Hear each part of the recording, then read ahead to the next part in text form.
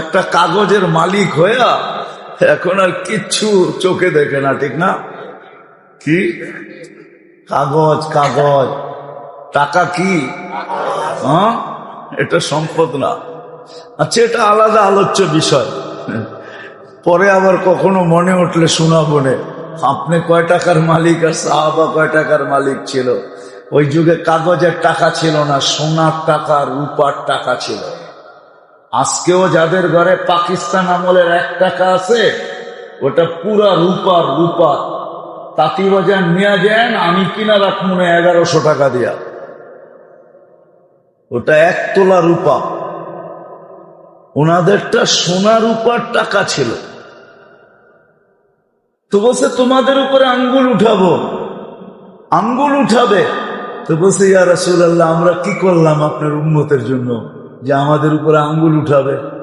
আমরা তো সব বিসর্জন দিয়ে দিলাম, তারপর আঙ্গুল উঠাবে? তো দুইজনে উল্টা প্রশ্ন করতেছে, আমাদেরকে কেউ ভালোবাসবে? তা আল্লাহ রসুল বলে, হ্যাঁ হ্যাঁ ভালোবাসবে কিছু লোক। তা আল্লাহ রসুল প্রশ্ন করছে, যারা ভালোবাসবে এদেরকে তোমরা কি দিবে? এদেরকে কি দিবে যারা তোমাদেরকে ভালোবাসবে? আবু বকর সিদ্দিক রাদিয়াল্লাহু তাআলা তো সবার আগে থাকতেন, ঠিক না? উনি আল্লাহ রসুল বলতে দেরি, উনি বলতে দেরি করেন না, আমার চেহারা না আমল দিয়া দেবেন। ওমর রাদিয়াল্লাহু তাআলা আনহুকে আল্লাহ রসুল জিজ্ঞাসা করতেছে, তুমি? ওনার আগে তো কখনো যাইতেও পারি নাই, আর যাইতেও চাই না। ওই ওনার আগে যাবো ওইখান থেকে মনে উঠছে, কোনোদিন তো ওনার আগে যেতে পারি নাই, এখন আর আগে যাওয়ার সাহস করি না, সঙ্গে সঙ্গে থাকার সাহস করতেছে। আমিও চেহারা না দিব। আল্লাহ রসুল বলছে, মুখে বললে হবে না, লেখা দাও। কি করো? লেখা দাও। আবার ওলামা জিজ্ঞাসা করতে পারে, এইটা কোত্থেকে কইতেছেন আপনি, ঠিক না?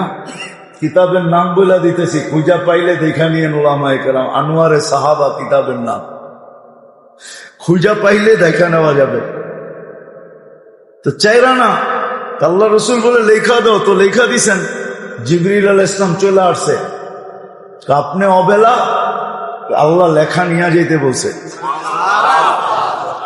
কিয়ামতের দিন আপনাদের উম্মতের জন্য বাস্তবায়ন করবে। কিন্তু বলছে আপনাকে সাক্ষী দিয়া দিতে, সিগনেচার করে দিতে, সিল লাগায় দিতে। তো নিয়ে গেছেন, আল্লাহ রসুল সাক্ষী দিয়েছেন। একটু পরে আবার ফিরত আসছে, জিজ্ঞেস করছে কাগজ? আল্লাহ রাইখা দিছে, আমাকেও সাক্ষী বানায় দিছে, আল্লাহ নিজেও সিগনেচার করে দিছে।